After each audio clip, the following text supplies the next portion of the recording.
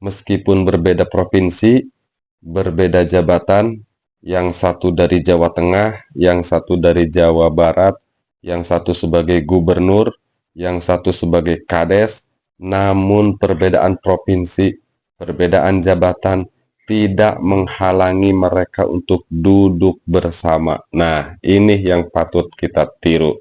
Siapa lagi kalau bukan Kang Deddy Mulyadi dari Jawa Barat dan Kades Hoho dari Jawa Tengah. Kita saksikan nih bagaimana keakraban mereka saat Kades Hoho berkunjung ke lembur pakuan Kang Deddy Mulyadi. Dan nanti kita akan mereactionnya. Mari kita simak.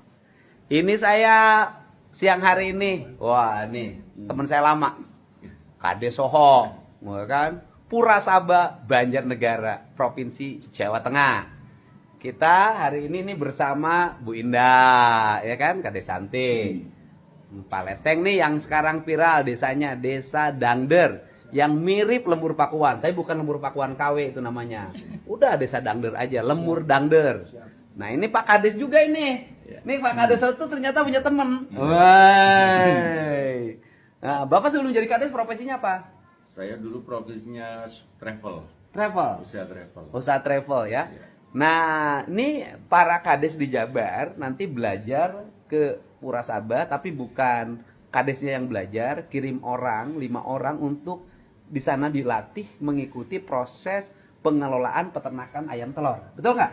Silakan Pak Kades. Oh, Iya Bapak, jadi kebanyakan itu teman-teman Kades dari manapun luar Jawa sekalipun datang ke Purwasaba itu kebanyakan cuma kepengen lihat saya, kepengen foto aja.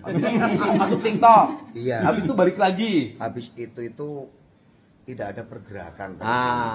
Itu padahal kita itu tidak pelit untuk berbagi ilmu Pak Didi. Iya. Maksud saya kalau memang mau belajar ya belajar dulu yang serius. Waktunya serius. Ada saya. Jadi besok kita di sana Kades Aing itu bawa orang, kita belajar di sana. Kadesnya ikut juga, tapi di sana nggak boleh kemana-mana. Iya. Harus belajar. Yang 5 orang didampingi Kadesnya, Iya. belajar mengelola peternakan ayam petelur, mengelola lele, Iya. kemudian mengelola administrasi manajemen Betul. BUMDes, Iya. sehingga BUMDesnya menghasilkan. Iya. Hampir di Purasaba hampir 1 miliar setahun. Hampir Keuntungan. 2 miliar. Pak. Hampir 2 miliar setahun keuntungannya. Dari 2 miliar itu digabung dengan dana desa bangun kolam. Kolam renang Renang. sama kafe. Itu nanti desanya mandiri, duitnya muter. Udah dicontohin dalam Lembur Pakuan begitu, Pak Kadesnya kreatif dong. Jadi Lembur Pakuan tertata dapat siapa? Bapak Pak Gubernur. Kacau. Ya semangat para kepala desa di seluruh Jawa Barat dan di seluruh daerah lainnya. Kita kelola desa dengan baik, kemandirian desa akan melahirkan kemandirian bangsa.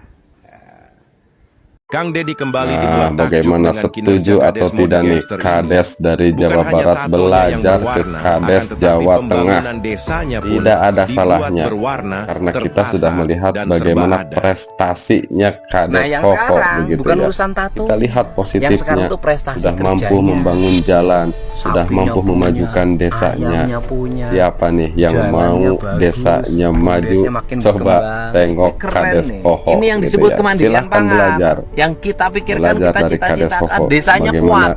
beliau Punya beras, mampu punya membangun, daging, memajukan punya desanya. ikan, punya begitu telur. ya. Nih telurnya. Gak apa-apa. Ukurannya relatif Biarpun baik.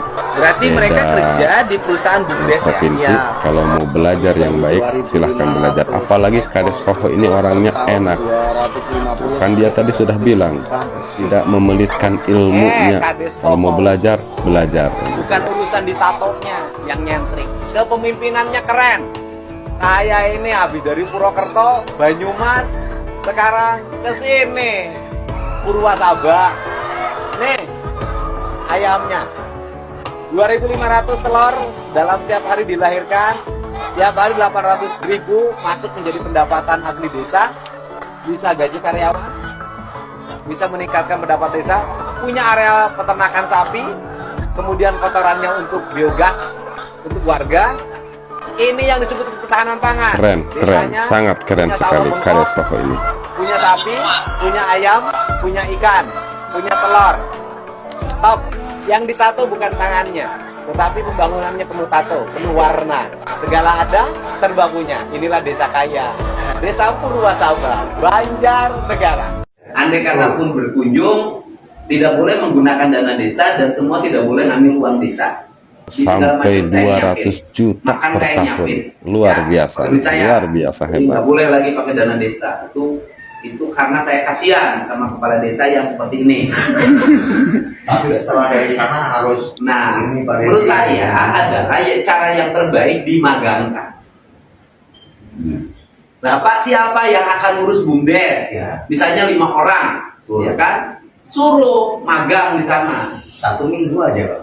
1 minggu magang. Itu berhasil. Cari. Ngapain? Di era kepemimpinan Kades Hoho, Purwasaba menjadi desa terkaya. Saking kayanya mereka bangun jalan di desa tetangga. Sambil tersenyum beliau berkata, desa tetangga saja saya bangun, apalagi desa saya sendiri. Tak heran Kang Deddy pun memberi apresiasi tinggi atas kinerja Kades Hoho. Banyak dari warganet yang penasaran, sebenarnya Kades Hoho lulusan dari pondok pesantren mana? Kok sifat kemanusiaan dan tanggung jawabnya sangat luar biasa? Ternyata semua itu diwarisi langsung dari sang ayah. Ternyata ayah dari Kades Hoho bukan orang sembarangan. Beliau wafat dalam keadaan terhormat dan langsung dimakamkan di Makkah. Ini menjadi bukti bahwa selama hidupnya penuh dengan keberkahan, pantas saja jiwa kepemimpinan Kades Hoho beda dengan yang lain. Bagaimana tanggapan kalian, guys? Tampang bak seperti gangster Jepang, Yakuza, badan hampir 90% dipenuhi tato. Tapi Kades ini bikin salut Kang Deddy atas baktinya terhadap kemajuan desa dan kemakmuran warga. Aduh, ampun. Sapinya segemuk-gemuk. Ini pas bareng saya lagi bikin kandang sapi sekarang di rumah. Ini bikin. Walah. Jadi saya tanya, ini kalau BUMDes jarang loh kalau di Jawa Barat. Orang pelihara sapi. Aku sorry ya pakai kaos. Gak apa-apa. Habis dari pasar soalnya. Nah, kita lihat sapinya. Ya. Ini desa nih kreatif banget. Ini pelajaran bagi kepala desa ya di seluruh Indonesia. Ini nih pengelolaan sistem ketahanan pangan yang bener yang kayak gini. Jadi nggak sembarang. Banyak kan yang penting asal begitu diperiksa ada barangnya. Atau ada juga ketahanan pangan yang begitu diperiksa domba sama sapinya pinjem. Nah, yang nakal ada aja. Nah ini kan ketahanan pangan. Jadi kalau negara terjadi krisis, desa sudah punya aset ya untuk menjaga ketahanan pangan warga. Ini bener konsepnya. Gitu. Ini nih mukanya boleh Amerika, tetapi punya sapinya kayak Amerika. Karena Amerika sapinya banyak, gak kayak Indonesia. Bukannya pengen gaya Amerika, sapinya impor. Ya. Kalau dana desa ke depan angkanya naik 2 atau 3 miliar, kepala desanya kayak gini makmur desanya. Tapi naik 2-3 miliar kalau kepala desanya tidak ngerti cara pengelolaannya rusak. Jadi semuanya tergantung pemimpinnya. Menurut saya begini ke depan. Jadi begitu desa, kepimpinan desanya ada progresnya makin baik dalam kepemimpinannya. Pemerintahnya kasih progres bahwa anggaran dana desanya naik karena ada pencapaian prestasi-prestasi. Tapi bagi mereka yang desanya tidak mengalami perkembangan, ekonominya tidak tumbuh, infrastrukturnya buruk, kurangin. Itu cara kemajuan. Tapi kalau dibikin jadi rata, kebijakannya rata dikasih, begitu gagal satu dianggap gagal semua. Padahal yang baik tuh banyak. Gitu loh, sama lah di mana-mana. Dan kalau pendapat saya, duit ini harus banyak di desa. Karena ngontrolnya mudah. Satu desa misalnya anggaran 5 miliar, bacanya gampang ya. Kalau koruptif juga gampang ketahuan. Ya Pak, duit 5 miliar kemanain? Karena ngontrolnya masyarakatnya banyak dilihatin. Ingat loh, kepala desa tuh jadi sorotan. Ya. Wah, 5 miliar.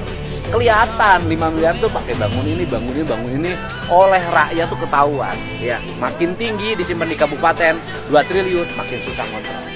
Disimpan di provinsi 35 triliun, makin susah ngontrol. Nggak ada yang nanyain.